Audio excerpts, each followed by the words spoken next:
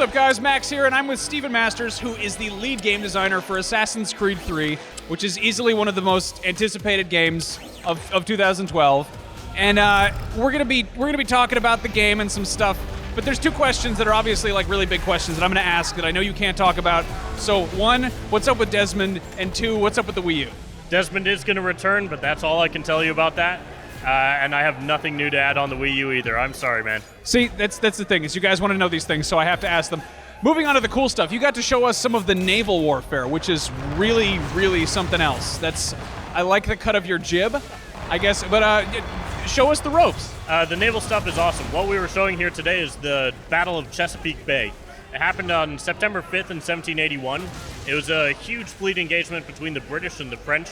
And while it was technically a stalemate, the involvement of the French, basically they gained the upper hand, and it led to basically the British not being able to resupply, and Lord Cornwallis getting stranded, and eventually in the siege of Yorktown, his surrender there. So the events of this demo basically lead directly to American independence. So clearly there's a lot of history behind it. This is a historically accurate game for the most part.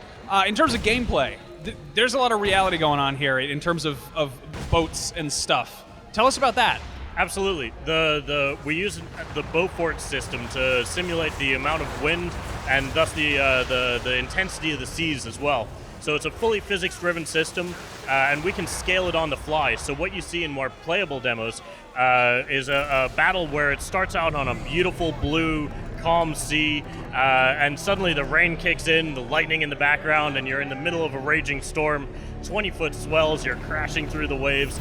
It gets absolutely crazy out there. So that actually plays a huge part of the strategy of the battle as well, because your cannons are fixed sideways. They can't really elevate very much. So you're playing with the shape of the waves as they go past you to make sure that you can get the right angle of attack on your enemies. So it feeds into the strategy of it. You're managing the wind as you go around. Obviously, you want the wind behind you. If it's against you, you're going to slow right down and eventually come to a stop. And you also have the different ammo types as well. So you can use like standard cannonballs to shoot people at a great distance. Chain shots, which are basically two cannonballs lashed together with a length of chain. And you fire them out, they whip around, they'll take out the rigging, they'll rip through the sails, and demast your enemy ships there. That sounds pretty gnarly, but going back to the weather itself, is this stuff scripted, or is it completely like dynamic and just randomly generated? A little bit of column A, a little bit of column B. In the missions where we want to control the weather, we'll script it and basically make sure you have a great dramatic experience.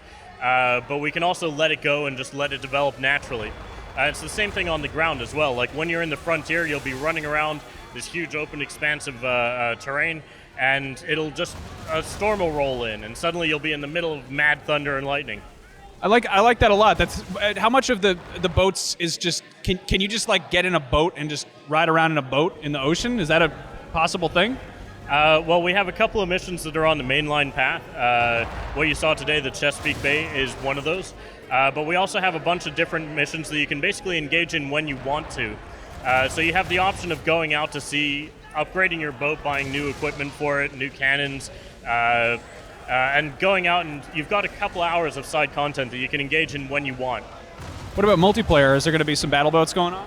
I would love to do that, but no, we haven't done that this time around. What about boarding? We got to see that was Connor, right? And we get to see Connor in his like pirate gear, and he just crashes one boat into another one, and then jumps on, and all of a sudden it's the Assassin's Creed we know and love. But yeah, that's it. It's crazy.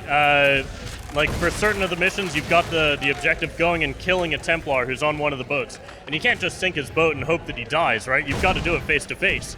So that's why, like I say, you get out your chain shot, you take down his riggings, you disable him on the ocean, then you crash into him, get out the boarding hooks, get him across there, lash him in, and you're out there fighting on the decks. That's awesome.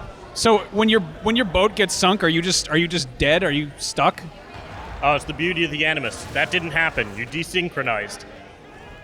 Video games are so confusing sometimes. So that's boats. That's naval warfare. That's pretty exciting. They definitely don't control like Hydro Thunder. They control like I'd imagine big floating fortresses would kind of control. So that's cool. And the weather looks just just downright stunning. So thank you so much for talking. It's a fantastic looking game. Stay tuned, guys.